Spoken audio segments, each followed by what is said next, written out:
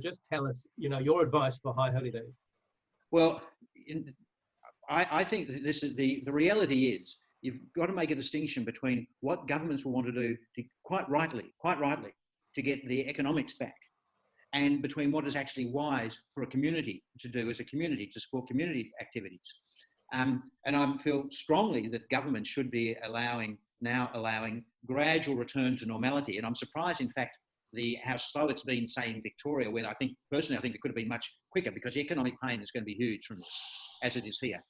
And you've got to make a distinction between that and what is right for the community, what's going to actually happen for events that are not absolutely essential for the economy. If you're talking about the high holidays, by September, I see there is no way that we're going to have lost corona from the environment. I think Australia actually is probably heading into a more difficult time, a challenging time now, with winter, where not that the normal flu will cause corona, but people will be more vulnerable to it, and it'll be harder to perhaps to distinguish some of the things. It'll be much harder to manage. And certainly, this isn't just my view, but talking to my colleagues in European countries, and particularly I spoke this week to my colleague Franco Servidai, who's head of neurosurgery in Milan. They've been affected very, very badly. And his comment, his plea is, be so careful once you start getting back into mixing, because you'll get a second wave. And this is a terrible disease. This isn't just like getting a bad dose of the flu. To me, there seems to be what I've seen in Hadassah, two totally different diseases. There's one disease where it's relatively minor and people can stay at home, and it's like having a bit of a flu or a bit of a nasty flu. But there's another disease which is terrible. It's something I have never seen before. I've been in medicine 40 years. I've never seen anything like this before.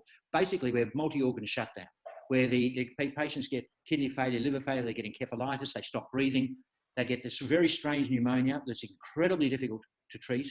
Part of it's due to emboli, that is due to blood clots, which actually go to the lung. This is a very, very, very nasty disease. You don't want to be led into a false sense of security by looking at Israel's results, which have been remarkable because of the intensity of their treatments, and particularly for the elderly. And this is what has been remarkable in Israel, how, unlike in other countries, they've just left the elderly to die in the nursing homes. Israel hasn't done that. So Israel's results are even more remarkable, in they put these extraordinary efforts into the 90-year-olds who are frail, and just as much as they would into a 35-year-old. And this is a disease you don't want to get.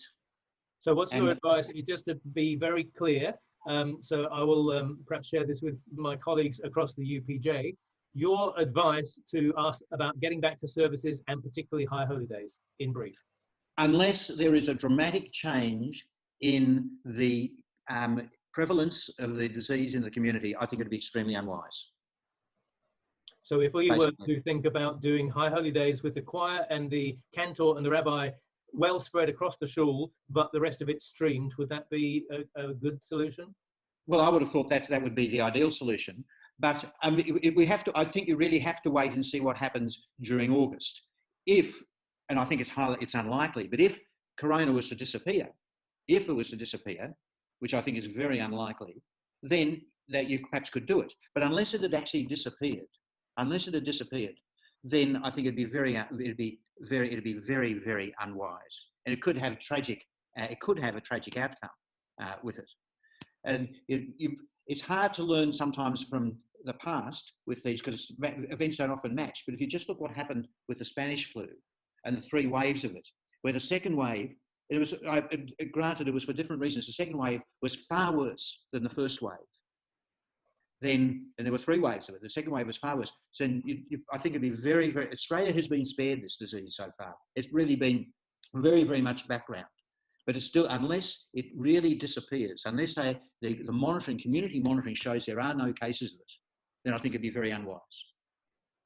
Thank you, Andrew. Thank you so much. And I won't take any more of your time.